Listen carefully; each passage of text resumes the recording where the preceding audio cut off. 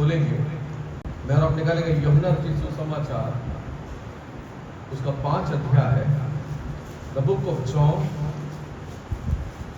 Chapter 5 और उसके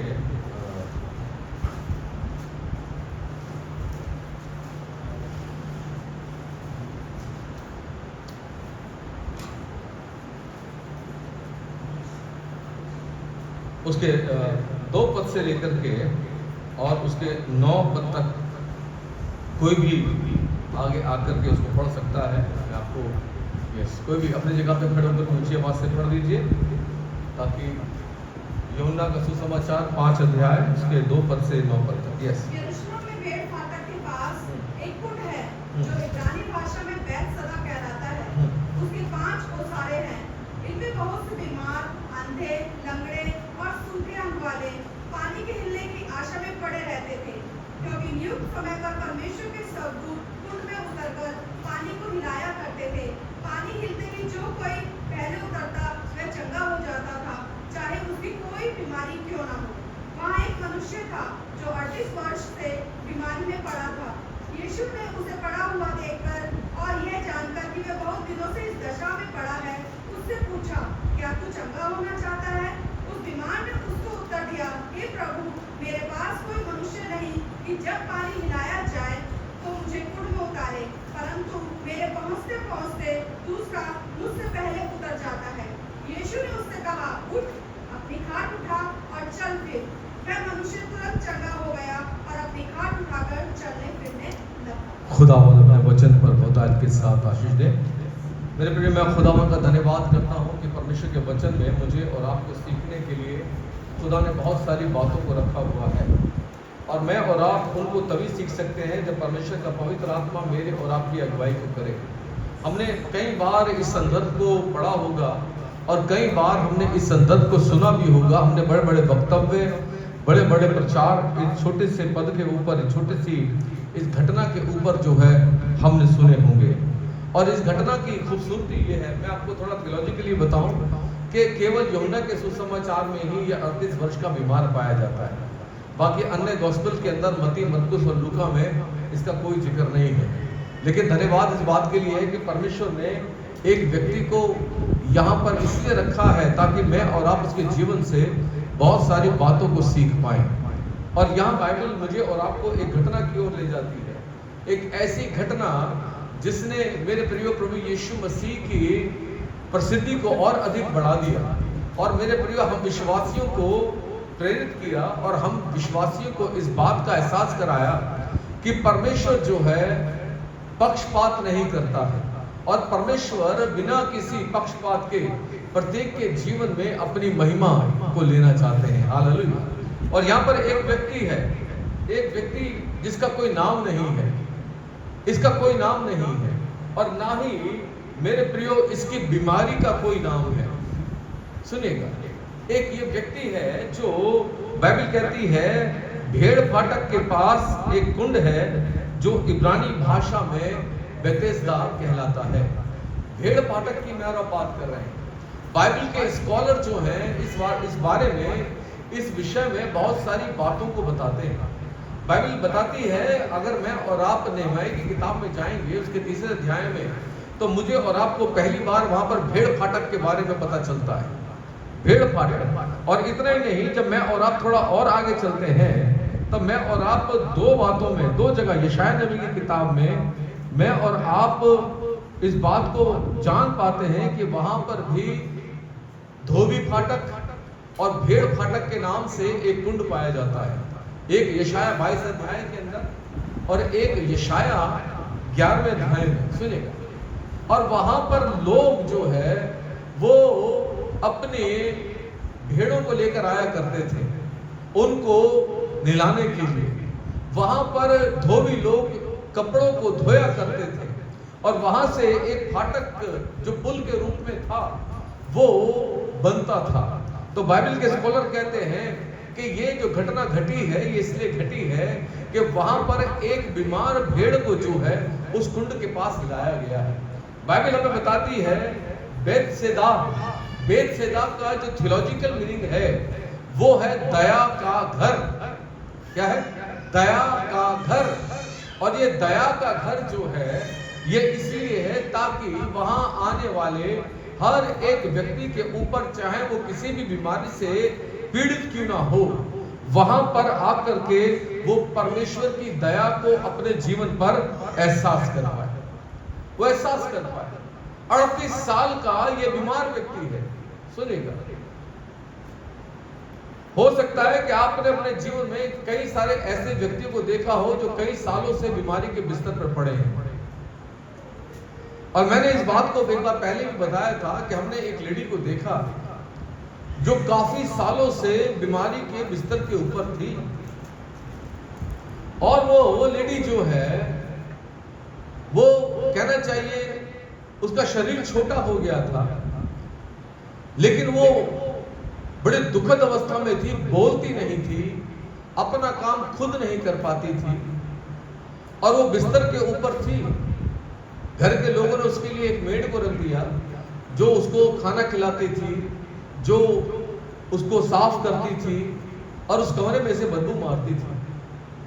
कई साल वो बिस्तर के ऊपर रही और एक बड़ी अच्छी लंबी आयु के बाद अगर हम ये कहें कि अगर वो 80 साल की उम्र में बीमार पड़ी होगी या उस परिस्थिति में गई होगी तो मैं कह सकता हूं कि 36-37 साल उसने जो बेड के ऊपर बिताया।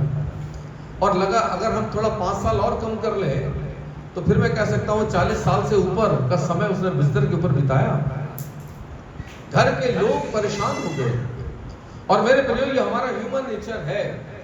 अगर हम ज्यादा समय बिस्तर पर लग जाते हैं तो हमारे व्यवहार के अंदर चिड़चिड़ाहट और हमारी देह की कमजोरी वो क्या करती है, हमें बार बार इस बात का एहसास कराती है कि भाई तुम जो है योग्य नहीं हो।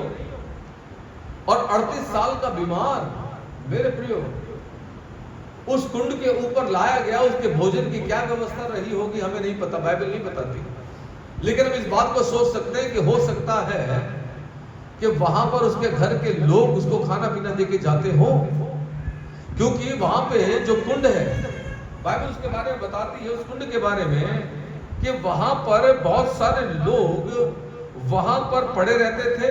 उनमें बीमार थे, लंगड़े, अंधे और सूखे अंग के लोग। और वो वहां पर इसलिए पड़े रहते थे कि पानी के हिलने की आशा में पड़े रहते थे, क्योंकि नियुक्त समय पर परमेश्वर के स्वर्गदूत कुंड में उतरकर पानी को हिलाया करते थे।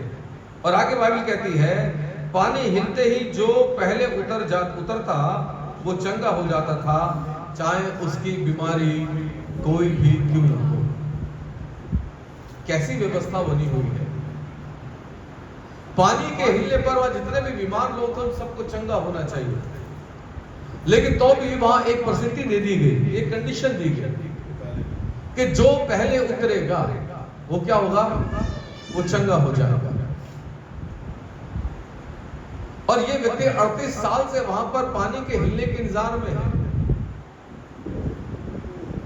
इसके जीवन का एक दुखद पहलू ये है, मेरे प्रियो, कि शायद ये कोशिश करता होगा लेकिन इसके पहुंचने से पहले कोई और उस कुंड में उतर जाता है।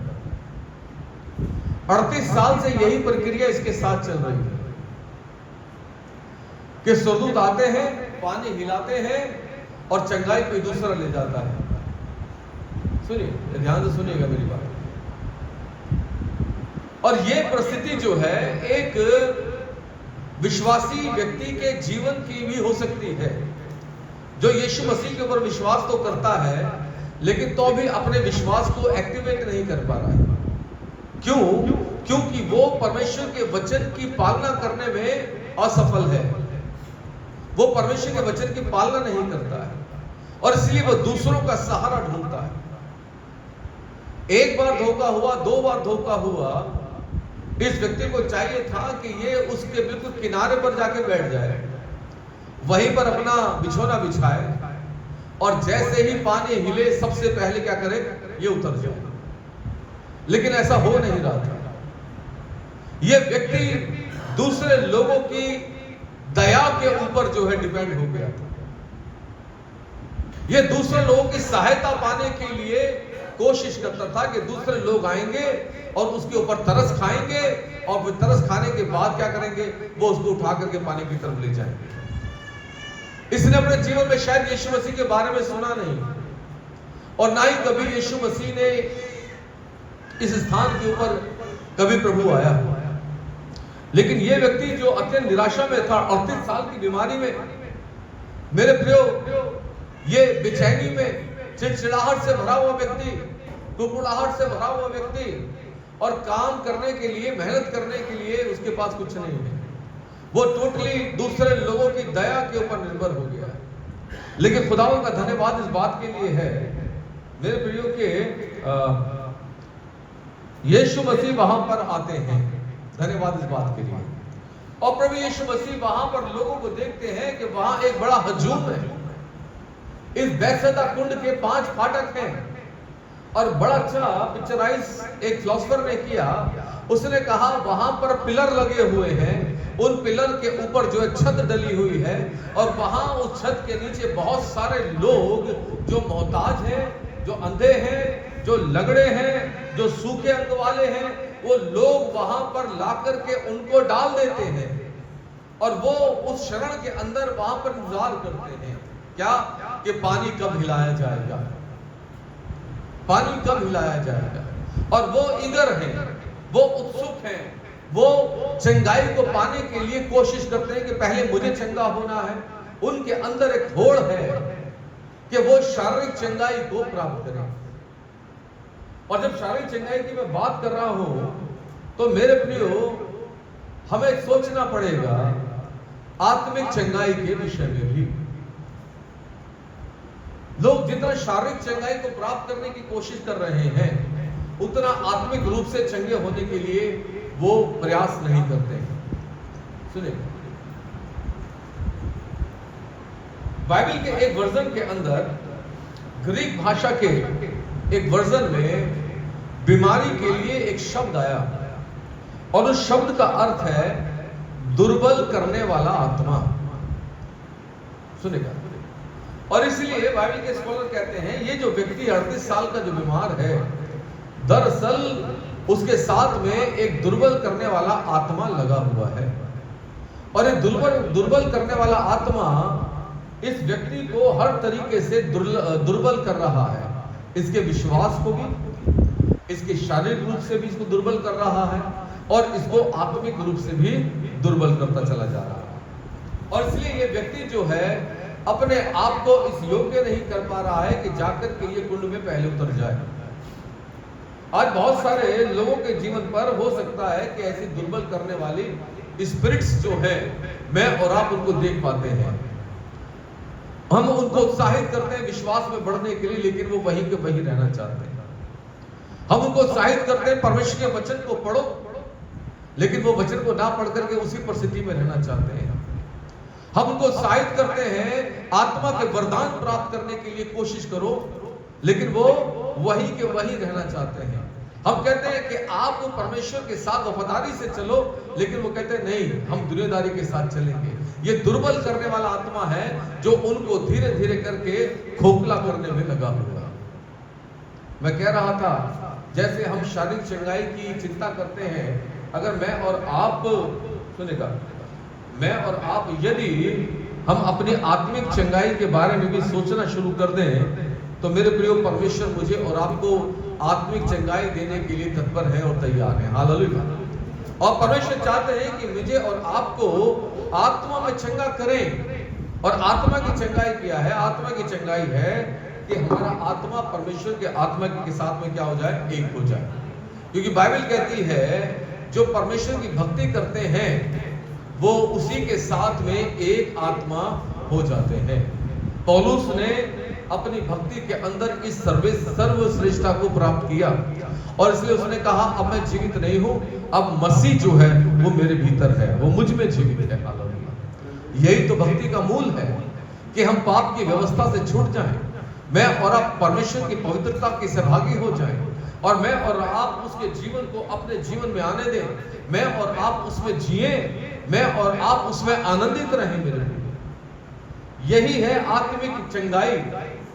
और ये चंगाई आती है जब मैं और आप परमेश्वर के वचन को पढ़ते हैं, जब मैं और आप परमेश्वर के सामने जाके बार बार अपने घुटनों को टिकाते हैं, परमेश्वर से मांगते हैं, परमेश्वर से कहते हैं प्रभु हमारी सहायता कर, हमारे आत्मिक जीवन को तू बढ़ा और तेरे साथ संगति करने के लिए हमारे मन को तैयार कर और हमारे मन को तुझसे प्रेम करना सिखा। हालेलुया। जब तक आप प्रेम करना नहीं सीखेंगे तब तक आप परमेश्वर के चरणों पर बैठना नहीं सीख पाएंगे। हालेलुया। याद रखिएगा, मरियम परमेश्वर से प्रेम करना सीख गई, लेकिन मार्था जो है वो प्रभु के आदर तक सीमित रही। दोनों में बड़ा अंतर है। हालेलुया। और इसलिए क्योंकि वो आदर तक सीमित रही, वो यीशु मसीह के पास आकर कहती है कि हे प्रभु देख, मेरी बहन ने मुझे अकेला छोड़ दिया, ये तेरे पास चरणों पे बैठ गई आकर। और तब यीशु मसीह ने कहा, मार्था, हे मार्था, तू बहुत बातों की चिंता करती है, तू मेरा आदर करती है, मैं जानता हूं, लेकिन तो भी तेरे भीतर कमी है कि तुम उससे प्रेम नहीं करती। लेकिन ये मरियम को देख, ये सारी बातें भूल गई और ये इसने अपने जीवन पर एक ऐसे भाग को चुन लिया है कि जो इससे कभी भी छीना नहीं जाएगा। और इसलिए जब तक हम परमेश्वर से प्रेम करना नहीं सीखते हैं, हम डिवोशन में गहरे नहीं उतर पाते, हम प्रार्थना में गहरा नहीं उतर पाते, और हम प्रार्थना में समय नहीं दे पाते, हम परमेश्वर के वचन में समय नहीं दे पाते, हम केवल आदत तक सीमित कर लेते हैं। और आज बहुत सारे लोगों के साथ में यही परिस्थिति है।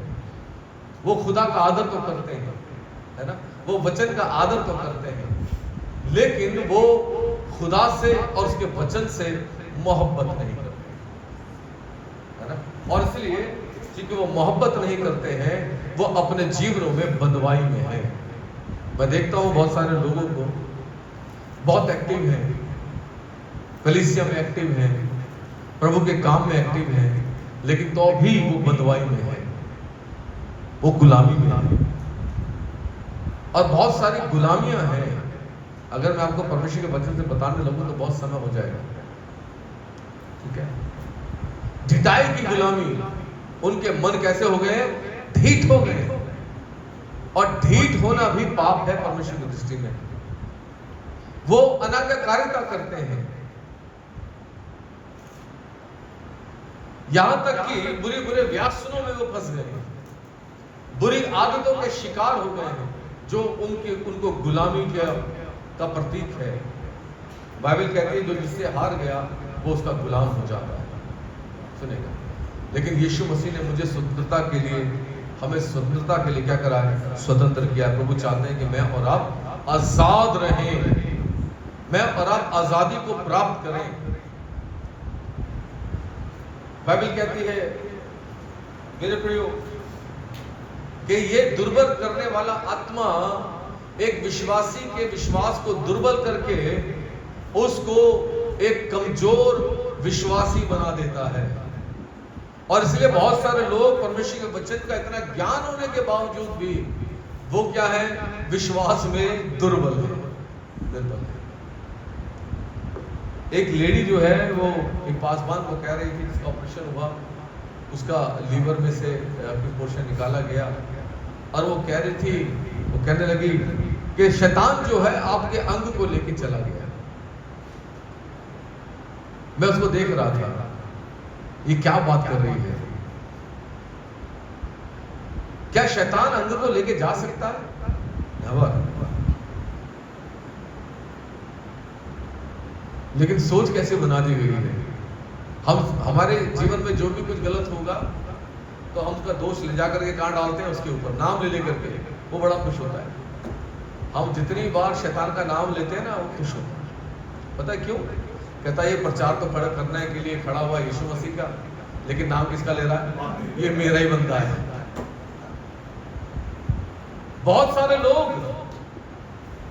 जो कहते हैं हम बहुत विश्वासी हैं, वो भी अपने प्रचार में धड़ाधड़ नाम लेते हैं, धड़ाधड़, उसने ऐसा कर दिया, उसने ऐसा कर दिया।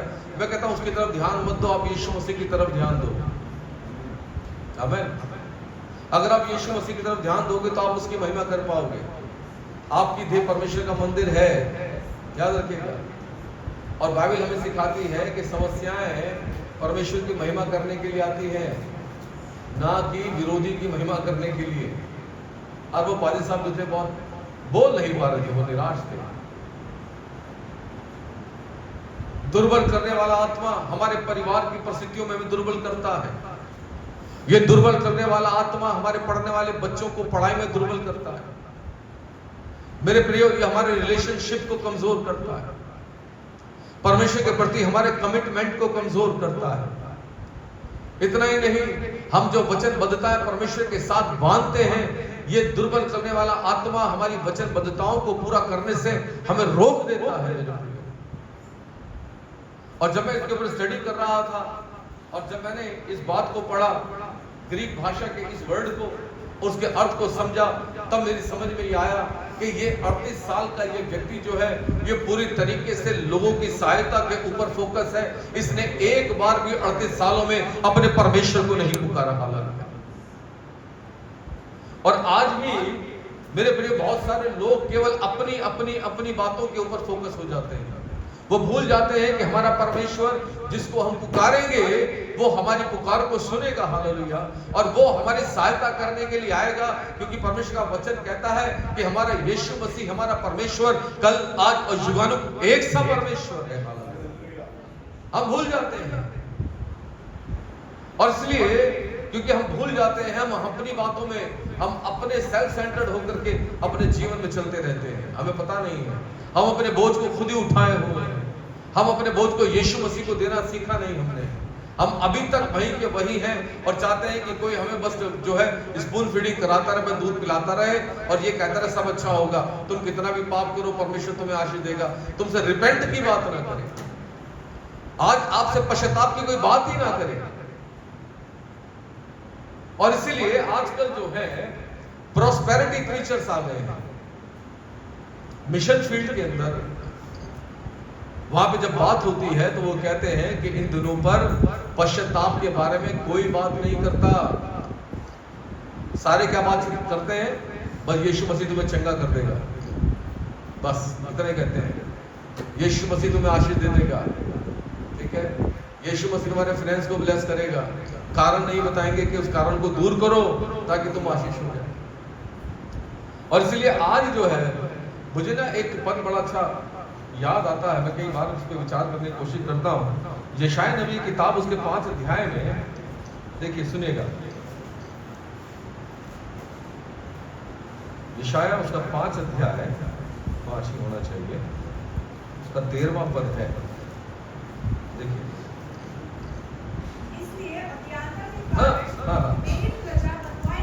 सुनिए क्या लिखा है।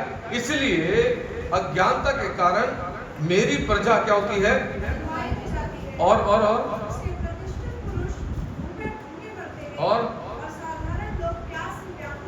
आगे आगे बढ़िए।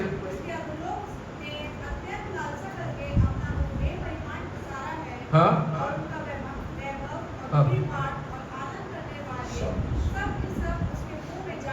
सुनिएगा, लिखा है आनंद करने वाले लोग, वैभव और चाहने वाले लोग क्या करते हैं, उसके मुंह में जा पड़ते हैं। अभी किसी ने एक बड़ा अच्छा पोस्ट डाला है सोशल मीडिया के ऊपर, और सोशल मीडिया के अंदर उन्होंने दिखाया है कि वर्तमान में चर्च जो है वो इंटरटेनमेंट करने का एक जगह बन गई है। उस चर्च के अंदर कलीसिया के सामने एक व्यक्ति जो है वो डिप्स मार रहा है, एक्सरसाइज कर रहा है। वो क्यों कर रहा है मुझे नहीं पता।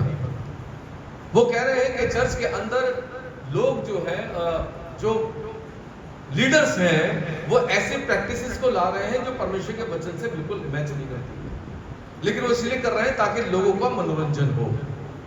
और इस बात का मनोरंजन मैं और आप बड़े बड़े चर्चेस में देख सकते हैं, बड़ी कलीसियाओं में, बड़ी कलीसियाओं ऐसे चर्च में नहीं जो ऊपर हजारों में चल रहे हैं। आप वहां पे देखोगे फिल्म स्टारों को देखोगे जिनसे यीशु मसीह के ऊपर विश्वास करने की बात की ही नहीं जाती। आप ऐसे लोगों को, लोग उनको देखने के लिए जाते हैं, लेकिन यीशु मसीह के ऊपर से ध्यान कहां कर दिया, हटा दिया। इसलिए बाइबल कहती है ना, इसलिए अपनी चौकसी करें, अपने ईमान की चौकसी करें, अपने विचारों की चौकसी करें। बाइबल यह कहती है एक दुर्बल करने वाला आत्मा एक मजबूत विश्वासी के सामने ठहर नहीं सकता, लेकिन एक कमजोर विश्वासी को पकड़कर उसको और अधिक दुर्बल बना सकता है।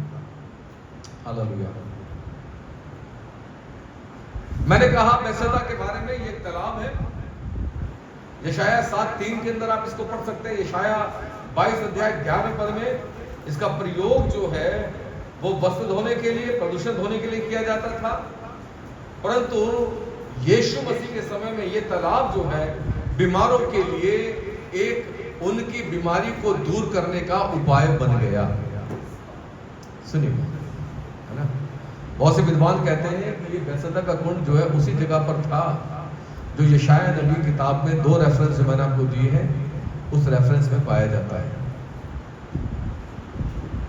और जब प्रभु यीशु मसीह इसके पास आते हैं,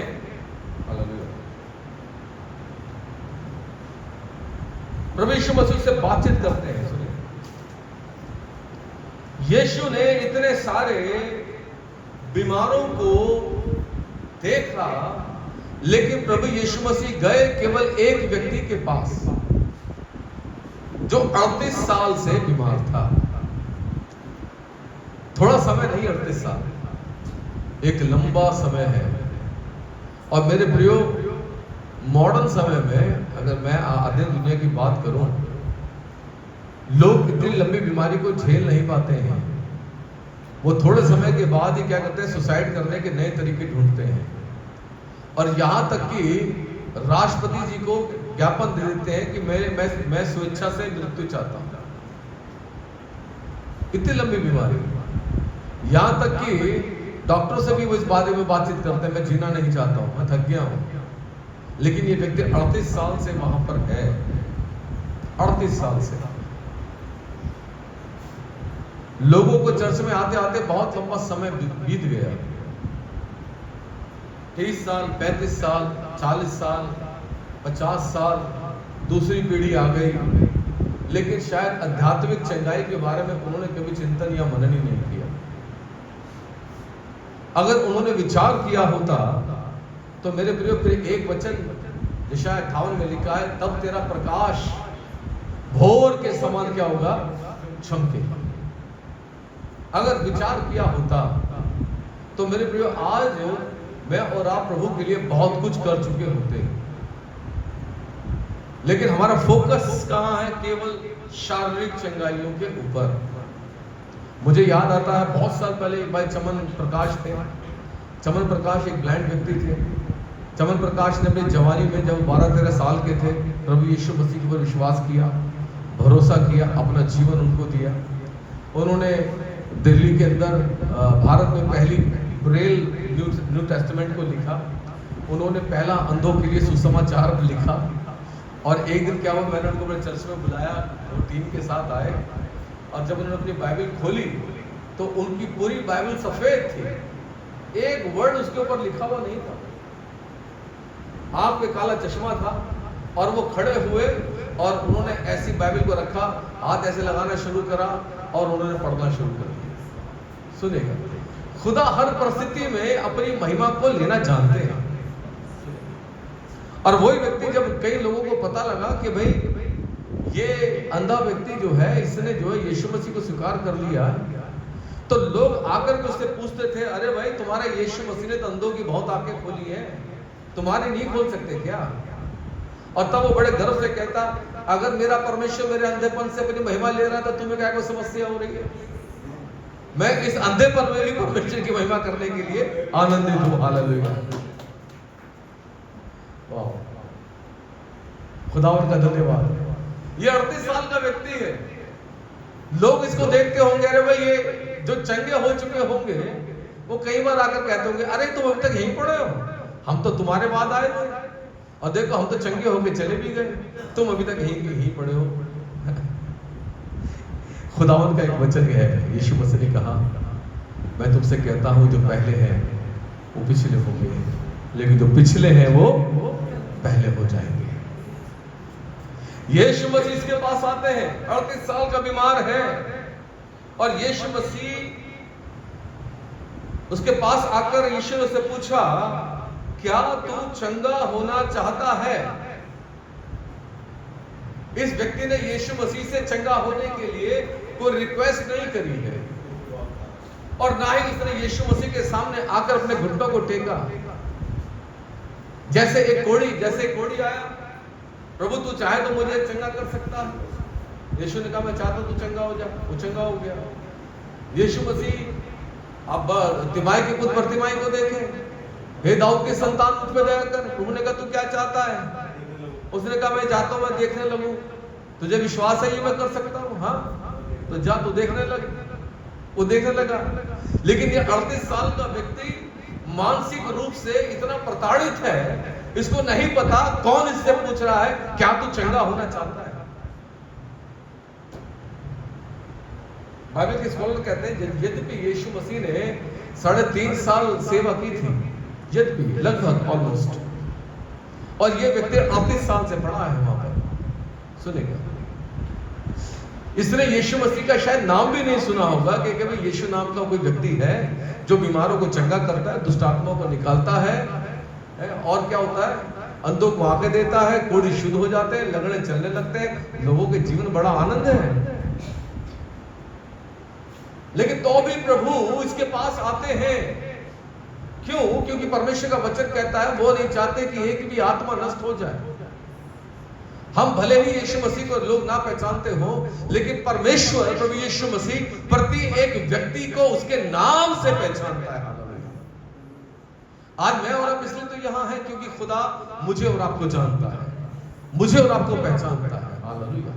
यीशु ने कहा तुमने मुझे नहीं चुना, मैंने तुमको चुना है। हालेलुया। उस भीड़ में प्रभु यीशु मसीह ने न जाने कितने सूखे अंग वाले, अंधे, लंगड़े, बहरे, गूंगे लोग थे, वहां पर यीशु मसीह ने केवल एक व्यक्ति को चुना और उस व्यक्ति के पास आकर प्रभु पूछते तू चंगा होना चाहता है? उसका जवाब सुनिए, पढ़िएगा, उसका जवाब पढ़िए, देखिए क्या कहता है, पढ़िए। उस बीमार ने यीशु को उत्तर दिया, क्या कहा? क्या कहा?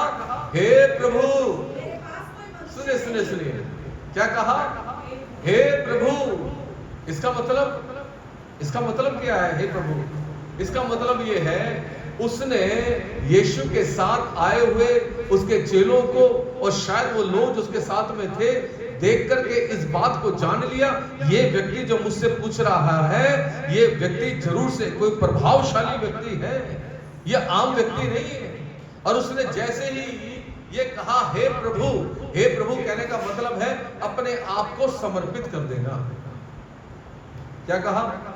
हे प्रभु। सारा काम अनजाने में हो रहा है। और क्या आगे क्या लिखा है? पढ़िए। फिर जवाब क्या है? जवाब क्या है? मेरे पास कोई, खुदा एक ही बात कह रहा है, तू चंगा होना चाहता है? और ये क्या कह रहा है? जानते हैं हमारा परमेश्वर कट टू कट बात करने वाला परमेश्वर है। कहता टॉपिक पे रहो, भटको मत। खुदा कह रहा फोकस करो मेरी तरफ, लेकिन उसका फोकस कहां है? उसकी निर्बलता के ऊपर। उसका फोकस कहां है? लोगों की सहायता प्राप्त करने के ऊपर। लोगों का इसको एक हम बोलते हैं कई बार कि लोगों का तो फेथफुलनेस बोलते नहीं, लोगों का फेवर लेना, अटेंशन, हमदर्दी, ये है वर्ड अच्छा। कहा है? लोगों की हमदर्दी को लेना। और कई बार लोग अपने नेचर को ऐसा बना लेते हैं, क्या वो दूसरों की हमदर्दी लेने के लिए वो अपने आप को, अपने जीवन को उस तरीके से बना लेते हैं। 38 साल में इस व्यक्ति के साथ यही तो हो रहा है। ये लोगों की हमदर्दी लेने के चक्कर में है।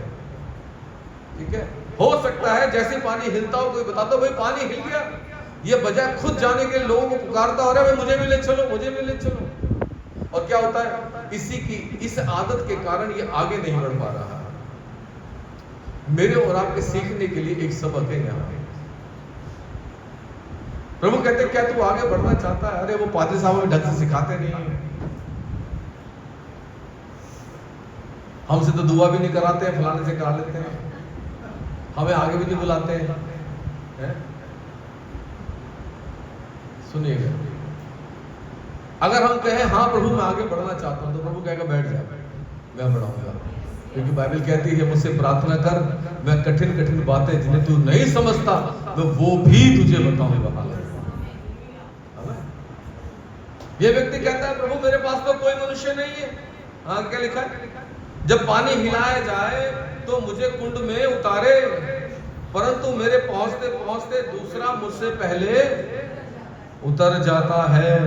प्रभु मेरे पास कोई नहीं है, 38 साल हो गए, ना तो बीमारी जा रही है ना जान जा रही है, और ये लोग भी जो है मुझे देख देख के कट कट के चले जा रहे हैं। एक व्यक्ति है बाइबल के अंदर जो इतना बीमार हो गया बहुत अधिक, और उसने खुदा को ये कहा, हे मेरे परमेश्वर मेरा मन जो है जीवन से अधिक मृत्यु को चाहता है, मैं मरना चाहता हूं।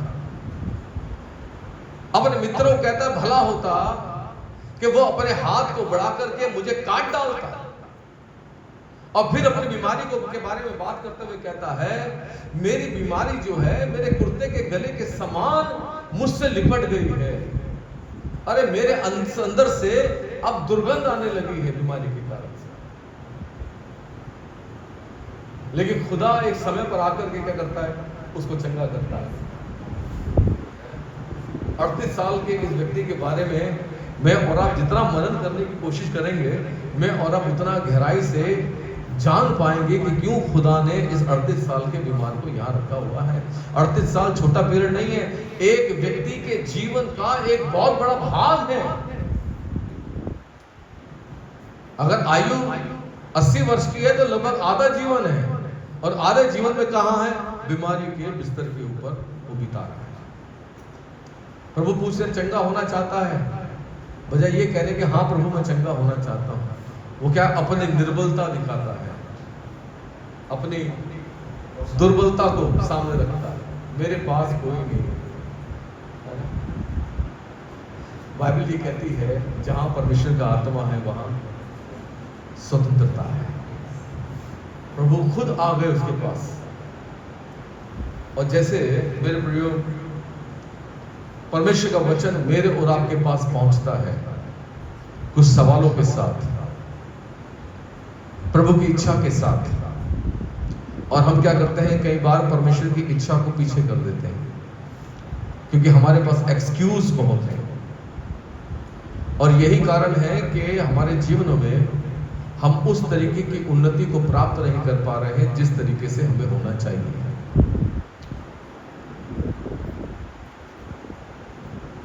लेकिन धन्यवाद इस बात का हो कि खुदावन मेरी और आपकी ऐसी बातों को नजरअंदाज कर देते हैं।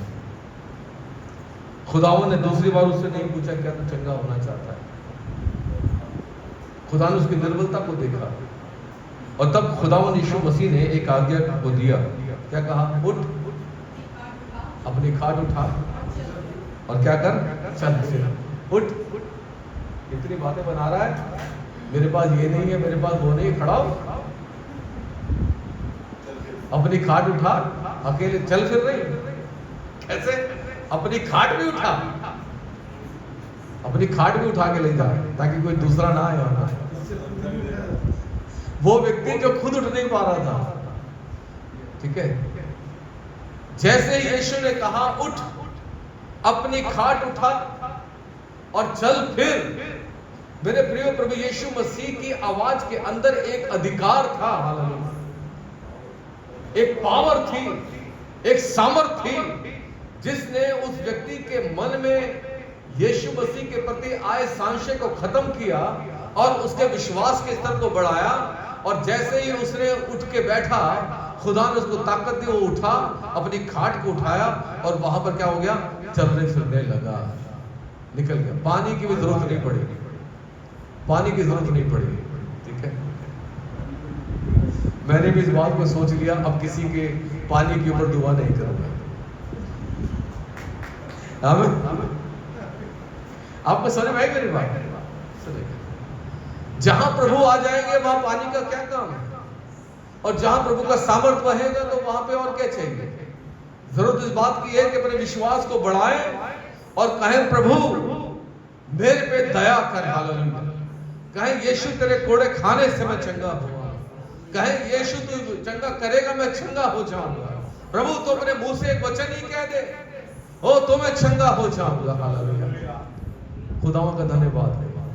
वो 38 वर्ष का बीमार व्यक्ति मेरे प्रियो, जो इतनी निर्बलताओं से घिरा था, जिसका फोकस केवल और केवल उसकी बीमारी और उसकी असमर्थता के ऊपर था, जैसे ही उसका फोकस प्रभु यीशु मसीह के वचन के ऊपर आया, क्या हो गया? अद्भुत काम हो गया। हालेलुया। और आज वो अद्भुत काम करने वाला यीशु मेरे और आपके जीवन पर भी अद्भुत काम को कर सकता है, यदि मेरा और आपका फोकस उसके वचन के ऊपर हो। क्योंकि यीशु मसीह ने कहा, मैं तुमसे सच कहता हूं, आकाश और पृथ्वी टल जाएंगे लेकिन मेरा कहा हुआ एक भी बिंदु बिना पूरे हुए ना रहेगा। इज रेडी, वो तैयार है। प्रभु कहता है, क्या तुम अपनी निर्बलता से छूटना चाहते हो? प्रभु कहता है, तुम अपनी दुर्बलता से छूटना चाहते हो? क्या तुम अपनी तंगहाली से छूटना चाहते हो? प्रभु कहता है, क्या तुम अपनी बीमारी से छूटना चाहते हो? प्रभु कहता है, उठ, अपनी खाट उठा और चल फिर। उठ, अपने परमेश्वर को पुकार और उसके नाम में सामर्थ को प्राप्त कर और वो कर जो तू कर नहीं सकता। हालेलुया। ओ धन्यवाद तुझे खुदावन, हम आपका धन्यवाद करते हैं। ओ प्रभु, हम धन्यवाद करते हैं राजा। ये तो 38 साल का बीमार था मेरे परमेश्वर। ओ प्रभु, न जाने यहाँ और प्रभु जी कितने ऐसे लोग हैं जो प्रभु 38 साल से अधिक बीमारी की अवस्थाओं में है। प्रभु जी, वो शारीरिक बीमारी की अवस्था में नहीं है, लेकिन पाप का रोग उनमें बस गया है। हालेलुया। प्रभु, हम प्रार्थना करते हैं, आप चंगा करने के लिए अपने हाथ को बढ़ाइए मेरे परमेश्वर, अपने सामर्थ को भेजिए मेरे पिता। हम प्रार्थना करते हैं प्रभु, आपका वचन जो तेज गति से दौड़ता है उन तक पहुंचे मेरे परमेश्वर, और वो सब छुटकारा पाए। हालेलुया, वो सब चंगे कर दिए जाए। मैं प्रार्थना करता हूं, तेरे हाथों में सौंपता हूं खुदा। आज के वचन पर बड़ी आशीष को मांगता हूं खुदा। हालेलुया। हम घटे, आप बड़े प्रभु, आपका नाम ही ऊंचा और मुबारक रहे। खुदा हम धन्यवाद करते हैं, अपने बच्चों की आत्मिक समझ को और अधिक खोलें प्रभु जी, अपने बच्चों की आत्मिक दृष्टि को और अधिक बढ़ाएं खुदा। और प्रभु, उनको ऐसी समझ दे, जब आपका पवित्र आत्मा उनके अंग प्रत्यंग से बात करे तो प्रभु वो समझ पाए। हालेलुया, कि आप क्या कहना चाहते हैं। प्यारे परमेश्वर, सहायता कर, हमारा फोकस आपकी ओर हो, आपके वचन की ओर हो। खुदा, सारा आदर मान सम्मान आपको देते हैं। धन्यवाद करते हुए मेरे परमेश्वर, आपने हमारी प्रार्थना को सुन लिया है। हमें सारी विनती प्रार्थना को मांगते, आप ही के प्रिय पुत्र, हमारे उद्धार करता, मृत्यु के ऊपर जयवंत और फिर से आने वाले हमारे प्यारे प्रभु यीशु मसीह नासरी के बड़े ही जिंदा, जलाली और सामर्थी नाम से आमेन, आमेन, आमेन। आइए अंत में सालों पे खड़े हो जाएंगे और हम ऑफरिंग की प्रार्थना में चलेंगे।